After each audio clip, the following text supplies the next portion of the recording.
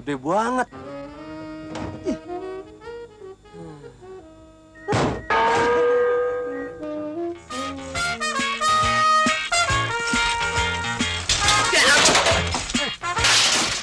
Kembali lagi di Dulu Sekarang. Ini dia kelompok komedi yang paling booming tahun 1979 hingga 94.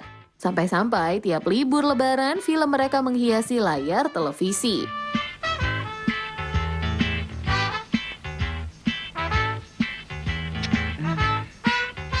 Apa sih yang paling diingat dari film Warkop DKI? Ya kata-katanya aja kayak si Kasino gitu kan, gila Lundro gitu. Waktu Kasino nyanyiin lagunya Feeling ya, Feeling itu lagunya siapa sih saya lupa.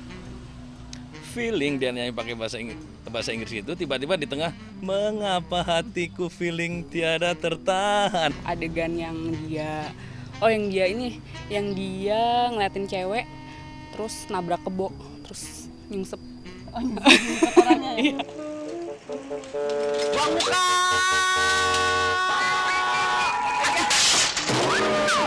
Wow, luar biasa ya. Ternyata setelah berumur lebih dari 20 tahun, film Warkop DKI masih digandrungi hingga saat ini. Sebanyak 34 judul film pernah dibintangi oleh grup lawak yang terbentuk pada tahun 1976 ini. Celetukan khas di setiap filmnya memberi kesan tersendiri bagi para penikmatnya. Bahkan saking boomingnya, celetukan gile Lundro, sampai-sampai jargon kasino ini dipopulerkan kembali dalam berbagai bentuk. Tak hanya pandai menciptakan jargon, personil Warkop DKI juga ciamik dalam bermusik. Terbukti beberapa lagu dari penyanyi dunia mampu dibawakan kembali dalam versi yang super kocak. Seperti lagu Sukiyaki yang dibawakan Kyo Sakamoto di film Pintar-Pintar Bodoh. Siawa siwa uwono uweni, yang baju merah jangan sampai lepas. Lu jangan lihat cewek, tar buronannya lepas. Lagu apaan tuh? Ini lagu gue boleh mengarang sendiri. Malu-maluin nyanyian kode. Buntut palalu. Siawa siwa. Sepenggal kalimat gubahan sukses menjadi tren hingga saat ini. Lu jangan godain cewek aja. Kemudian lagu rock and roll yang pernah dipopulerkan oleh The Beatles dalam film sama juga bohong. Just let me some of the rock and roll music. Any old way you use it. It's got the fact that you can lose it. Any old time you use it. Tak sampai di situ, keberadaan para wanita cantik sebagai lawan main trio lawak ini juga mengundang perhatian. Hampir di setiap filmnya, sosok wanita cantik dan seksi tak pernah absen menghiasi layar. Dan yang paling penting sebetulnya, dalam kapasitasnya, si cewek harus cerdas. Jadi jangan dipikir itu tempelan, cuma seksi doang, cantik doang, enggak. Mereka pasti cerdas. Dalam hal yang kita butuhkan. Ya. Oleh karena itu mungkin kalau yang full seksi doang, cantik doang enggak juga. Kayak katakanlah Ira Wibowo misalnya, cerdas banget ya, sarjana.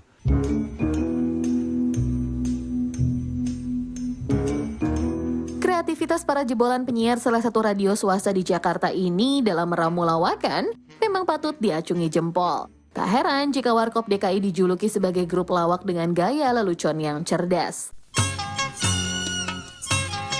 Film Pencet Sana Pencet Sini yang rilis tahun 94 menjadi akhir karya Warkop DKI di layar lebar. Selanjutnya, Dono, Kasino, dan Indro memilih untuk terjun ke sinetron komedi di layar kaca.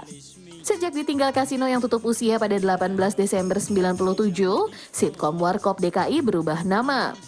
Karena bagi Indro dan Dono, tanpa kehadiran Kasino, menyandang Warkop DKI dirasa janggal. Sehingga dua personil Warkop memutuskan mengganti nama sitkom menjadi Warkop Millennium.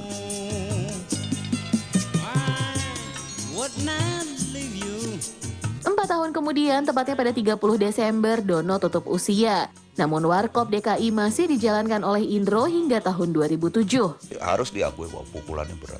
Bahkan ketika Mas Dono meninggalkan saya, akhirnya saya 1 tahun baru mulai lagi. Ya settle lah. bisa mulai yakin lagi, punya PD lagi kayak gitu. Tadinya udah, sekarang saya tinggal 1/3, bahkan mungkin 1/5, bahkan mungkin 1/6 atau 1/10 mungkin. Kayak gitu, saya mikirnya kayak gitu, karena kita kebiasaan bertiga selalu. Setelah era Warkop DKI berakhir, panggung komedi Indonesia beralih ke pertunjukan berkonsep sketsa komedi. Tahun 2004, Extravaganza menggebrak layar kaca dengan para pemain yang berkarakter kuat. Pertunjukan berdurasi 2 jam ini dibintangi Ronald Surapraja, Tora Sudiro, Virnie Ismail, Tike Priyatnakusuma, Indra Birowo, Roni Dozer, serta Aming. Tema cerita yang diangkat pun bervariasi, mulai dari kisah keseharian, film, bahkan legenda masa silam. Mau nggak selingkuh sama saya? Tunggu. Jangan bilang lo ngajak gue selingkuh. Lo pikir gue cewek apa kabar? Namun tak kau lihat. Setelah kejayaan Extravaganza berakhir pada November 2009, giliran komedi dengan kemasan pertunjukan wayang orang versi modern.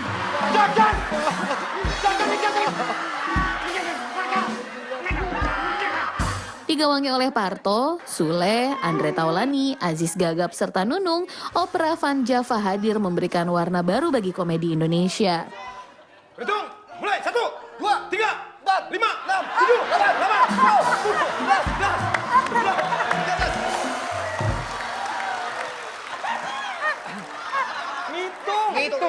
Hitung.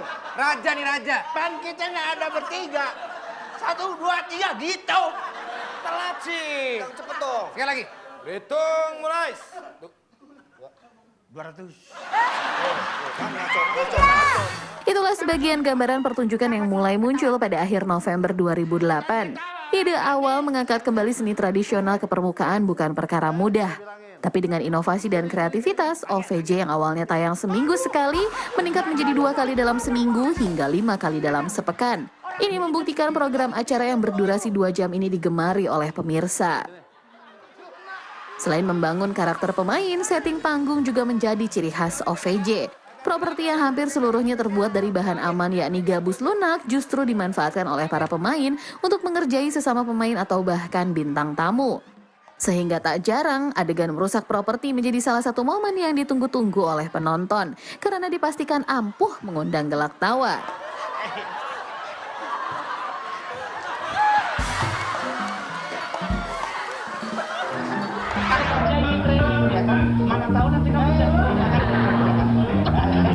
Ini dia kelompok lawak legendaris Sri Mulat. Kira-kira apa ya yang paling diingat dari grup lawak asal kota Solo ini? Kata-kata mereka yang paling ingat ya kata-katanya Paul itu, Bambang gitu. Pas lagi itu bercandanya totonya masuk ke mata gitu ya. Gogon, gayanya kan begini. Nah gitu loh, Gogon gitu. Ya itu lucu. Tesi. Kenapa Tesi? Ya soalnya kan dia gayanya suka kayak perempuan gitu, terus pakai cincin batu banyak banget gitu. Jadi dia trendsetter ini, batu cincin. Kamu tahu uang itu di mana? Kemana saya tahu, saya nggak dikasih uang. Nggak tahu kan? Kemana uangnya? Bingung kan? Tentu saja saya bingung, orang aku istrimu aja nggak tahu uangnya Ini kemana. kamu beli uang dari mana? Ini kamu beli dari mana? Ini kan kamu kerja. Kerja apa? Saya pinjam orang, saya beliin buat kamu. Jadi ini Bicara Sri Mulat tidak akan jauh-jauh dari slapstick atau adegan humor yang mengandalkan gerak tubuh jenaka para pemainnya. Slapstick dipandang sebagai formula mujarab saat itu, demi menciptakan karakter dan identitas pemain agar tak mudah ditiru pelawak lain. Di Indonesia, komedi slapstick berkembang di tahun 1970 melalui kelompok besutan Teguh Slamet Raharjo ini. Itu jejer gitu loh Pak. Jejer tapi yang lain warnanya. Nanti pokoknya kalau sudah pulang, Iya, Pak. nanti Lanjutkan lagi. Bukan masalahnya mimpi itu kan, kamu kan soalnya seajam. Kamu kan apa sih? Ini lo pakainya luput terus Pak, gini lo makainya wah. Adegan jatuh dari kursi, menjepret dengan kain lap, mencolokkan telunjuk ke mata serta sejumlah gaya slapstick lainnya mengantarkan anggota grup lawak yang dibentuk pada tahun 1950 ini menjadi sosok fenomenal. Masa istri saya takut tas. Keliru. Oh iya tas. Nah, saya pesen konde dulu. loh, Pakai konde. Ini tadi. Selain slapstick, formula lain yang diterapkan pada panggung Sri Mulat adalah latar cerita keluarga yang selalu melibatkan majikan dan pembantu. Hal inilah yang kemudian berpengaruh pada isi lawakan yang kental mengedepankan kritik sosial. Wah, teknologinya kacau. Itu loh kalau surat menyurat, kalau kamu kirim email itu. Saya sudah belajar web thread.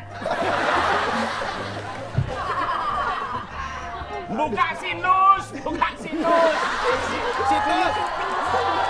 Orisinalitas yang dimiliki Sri Mulat menggiring eksistensinya bertahan hingga usia 65 tahun. Di sini bedanya. Kamu di depan para maestro. Kalau ini kan pakai trik, pakai stereoskop. Lah kalau Sliman itu asli.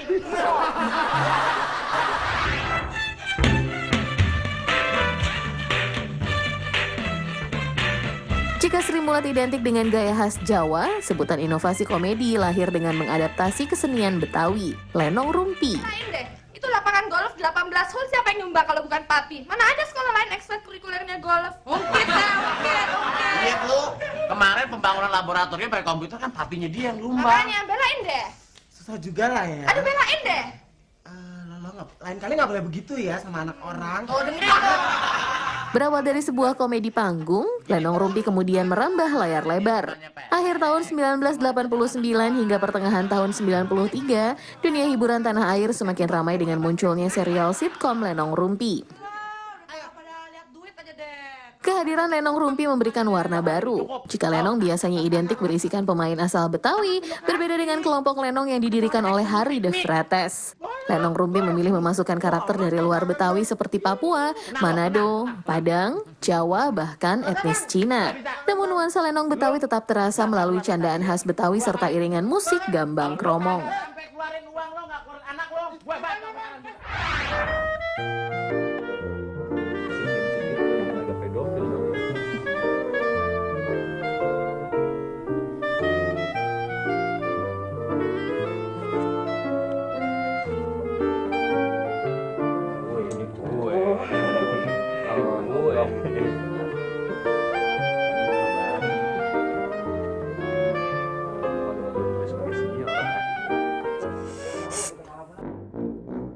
Jangan ngobras, gangga aja Jud.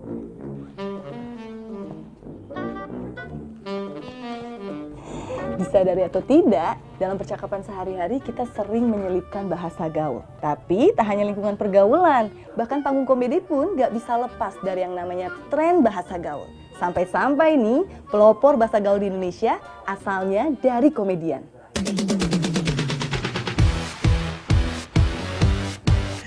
Mawar Makarena apa sebo? Kalau sekarang lagi Mawar Makarena apipon.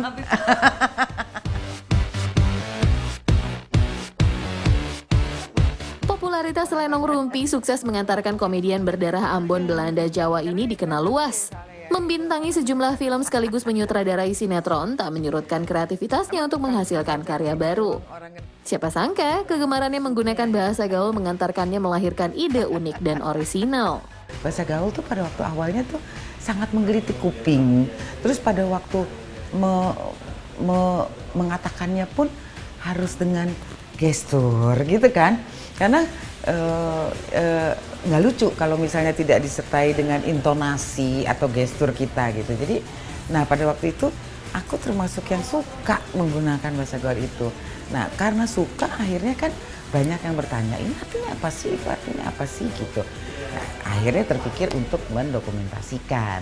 Bener ya? Sama Makarena, kalau Makarena. Mawar Makarena Apipa ya gitu. Iya. Tahun 99, Debbie Sahartian menerbitkan Kamus Bahasa Gaul edisi pertama yang sekaligus menjadi kamus bahasa gaul perdana di Indonesia. Disusul dengan terbitnya edisi revisi yang menjadi edisi kedua pada tahun 2002. 6 tahun kemudian, tepatnya pada 18 Desember 2008, wanita kelahiran Jakarta 5 April 1963 ini kembali meluncurkan Kamus Bahasa Gaul edisi ketiga. Total sudah 2.000 kosakata gaul yang Debbie tulis. Kumpulan bahasa gaul miliknya kemudian menjadi referensi banyak kalangan, baik untuk sekedar berkomunikasi maupun digunakan sebagai materi lawakan. Jangkar kemande-mande tetap Nondra Dulang Skarnia. Dulu sekarang di Trans 7. Yuk.